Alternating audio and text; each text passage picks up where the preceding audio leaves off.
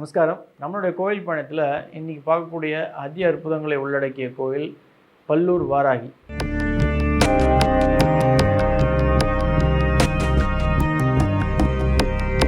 ரகசிய உண்மை நேயர்கள் அனைவருக்கும் என்னுடைய அன்பான வணக்கங்கள், வாழ்த்துக்கள். அடியார்கள் வாழ, ரங்கன் நகர் வாழ, சிடகோப்பந்தன் தமிழ் நூல் வாழ, கடல் சூழ்ந்த மண்ணுலகம் வாழ, மனவாள மாமுனியே இன்னும் ஒரு நூற்றாண்டு வாழியே. அதாவது திருமால்பூர்னு அழைக்கப்படுகின்ற காஞ்சிபுரத்துலேருந்து அரக்கோணம் போகிற வழியில், எக்ஸாக்டாக சொல்லணும் அப்படின்னா காஞ்சிபுரத்துலேருந்து ஒரு 18 கிலோமீட்டர் தொலைவில் இருக்கக்கூடிய ஒரு ஊர் தான் பல்லூர். அது திருமால்பூர்னு ரயில் நிலையம் உண்டு. நீங்கள் ரயில் மார்க்கமாகவும் போகலாம், அதே போல் பஸ் மார்க்கமாகவும் காஞ்சிபுரத்துலேருந்து போகிறதுக்கான வழித்தடங்கள் உண்டு. காமாட்சி அம்மனுடைய போர் தளபதி வார் காட் அப்படின்னு சொன்னோன்னா வாராகிக்கு தான் உண்டு. ஜெனரலாகவே பார்த்தீங்க அப்படின்னா சோழர்களுடைய மன்னர்கள் எல்லாருமே போருக்கு பயணம் பண்ணுறதுக்கு முன்னாடி வாராகியுடைய வழிபாடை ரொம்ப பிரதானமாக வைத்ததால் தான் எந்த போர்லேயும் அவங்க ஜெயிச்சதாக ஒரு ஐதீகம் உண்டு. வாராகியுடைய வழிபாடு இருந்தாலே அந்த காலத்தில் போர் அப்படின்ற ஒரு விஷயம் அடிக்கடி ஏற்பட்டதால் அவங்க ஜெயித்தது ஒன்று. இன்றைக்கி நம்ம வாழ்கின்ற இந்த கலியுகத்தில் வாராகியுடைய வழிபாடு பெரிய லெவலில் எதிரிகளையும் இந்த கோர்ட்டு கேஸு வம்பு வழக்கு போன்ற விஷயங்களில் நம்ம ஜெயிக்கணும் அப்படின்னா வாராகியுடைய வழிபாடு தலைச்சிறந்த ஒரு விஷயத்தை நமக்கு கொடுக்கும். வெற்றி அப்படின்றது உறுதியாக கொடுக்கும். பொதுவாக சொல்லக்கூடிய ஒரு விஷயம் அப்படின்னா வாராகியை வழிபடுறவங்ககிட்ட வாதம் வச்சுக்கக்கூடாது அப்படின்னு சொல்லுவாங்க. இது ஏன் அப்படின்னா வாராகி தன்னுடைய பக்தர்களுக்கு முன் எந்த ஒரு காரியத்தையும் அவர் எதிரிகளை துவம்சம் பண்ணி ஜெயிக்கிறதுக்கு ஒரு பிரதானமான ஒரு விஷயங்களை பண்ணி கொடுக்குறது நம்ம கண்கூடாக பார்க்குறது உண்டு. அதுலேயும் பல்லூர் வாராகி சுயம்பு வாராகி. இந்த வாராகி சங்கு சக்கரத்தை ஏந்தி நமக்கு காட்சியளிக்கிறதால இந்தமா விஷ்ணு வாராகின்னு இன்னொரு பேரும் அழைக்கிறது உண்டு. இந்த வாராகியுடைய தலை சிறந்த ஒரு விஷயம் அப்படின்னு நமக்கு சொல்லணும் அப்படின்னா பஞ்சமியில் யாரெல்லாம் வாராகியை, பல்லூர் வாராகி எஸ்பெஷலி சொல்கிறேன், அதுவும் தேய்பிறை பஞ்சமியில் வழிபடுறீங்க அப்படின்னா நிச்சயமாக பெரிய மாற்றங்கள், இந்த எதிரிகளுடைய தடைகள் இருந்து நிச்சயமாக வெற்றி அப்படின்றது உறுதியிட்டு சொல்ல முடியும். இந்த அம்பாளுடைய வழிபாடு அப்படின்றது நம்ம ரொம்ப டீட்டெயிலாக விலாவாரியாக பார்க்கலாம். எப்படி அப்படின்னா நான் ஏற்கனவே சொன்ன மாதிரி பஞ்சமியில், அதுவும் தேய்பிறை பஞ்சமியில் இந்த அம்மாவுக்கு வழிபாடு அப்படின்றது பூஷ்ணிக்காய், அதுவும் வெள்ளை பூஷ்ணிக்காய், கல்யாண பூஷ்ணிக்காய், அதை உடைச்சி அதில் நல்லெண்ணெய் தீபம் ஏற்றி அரிசியை பரப்பி வாழை இலையில் அதுக்கு மேலே இந்த 2 பூஷ்ணிக்காவை வச்சு அந்த அம்மாவுக்கு திரி போட்டு நல்லெண்ணெய் குத்தி நீங்கள் விளக்கு ஏற்றி வழிபடுறீங்க அப்படின்னா எதிரிகளுடைய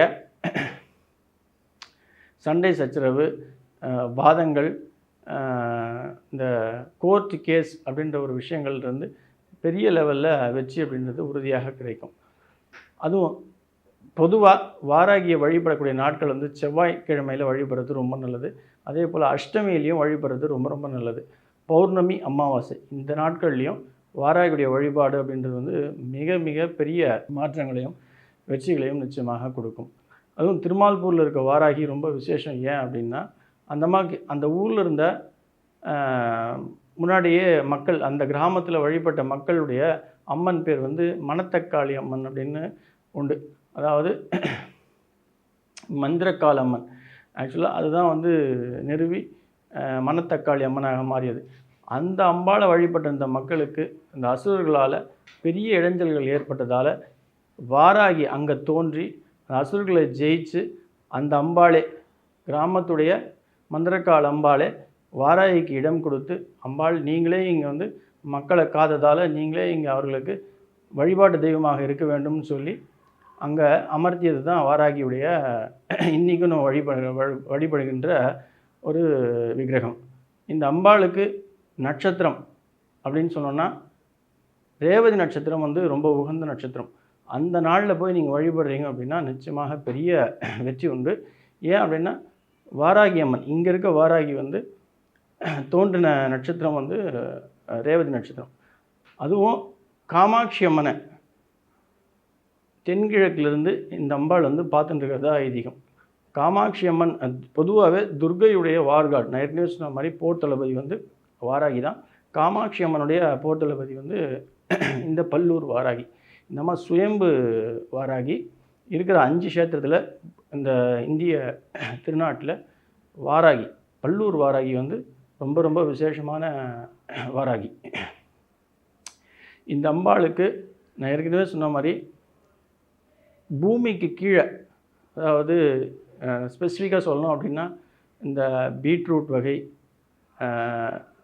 அப்புறம் கிழங்கு வகைகளில் வரக்கூடிய சக்கரவள்ளி கிழங்கு, அப்புறம் வந்து கோரைக்கிழங்கு, இந்த கிழங்குல நீங்கள் நான் சொன்ன நாட்களில் பௌர்ணமி, அமாவாசை இந்த நாட்களில் இந்த அம்பாளுக்கு வந்து நீங்கள் வந்து நெய்வேத்தியமாக வேக வச்சு இந்த உணவுகளை நீங்கள் படைச்சி வழிபட்டு வரீங்க அப்படின்னும்போது நிச்சயமாக சந்தோஷம் அடைந்து வாராகி உங்களுடைய தேவைகள் அனைத்தையும் பூர்த்தி. இன்னும் ஸ்பெசிஃபிக்காக சொல்லணும் அப்படின்னா தோல் உரிக்காத உளுத்தம்பருப்பு, அந்த உளுத்தம்பருப்பில் நீங்கள் வந்து நெய்வேத்தியம் பண்ணி, அதாவது நெய்யை குத்தி அம்பாளுக்கு படைச்சிங்க அப்படின்னா உங்களுக்கு கல்யாணம் அப்படின்றது வந்து உங்கள் வீட்டில் ரொம்ப நாள் கல்யாணம் ஆகாமல் நபர்கள் இருக்காங்க, அது ஆணாக இருக்கட்டும் பெண்ணாக இருக்கட்டும் இருந்தாங்க அப்படின்னா இந்த ஒரு வழிபாடு நீங்கள் வச்சுக்கிட்டீங்க அப்படின்னா நிச்சயமாக உறுதியிட்டு சொல்லலாம் திருமணம் அப்படின்றது நிறைவேறிவிடும்.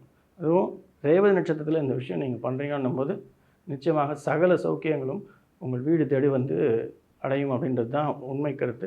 வாராகியுடைய வழிபாடு பெரிய பெரிய வெற்றிகளை கொண்டு வந்து சேர்க்கும் அப்படின்றது உறுதி. நன்றி. ஆழ்வார் ஆச்சாரியன் எம்பெருமானார் ஜீயத் திருடிலே சரணம். ஆண்டாள் பிச்சக்குலிங்கம் திருடிலே சரணம் சரணம்.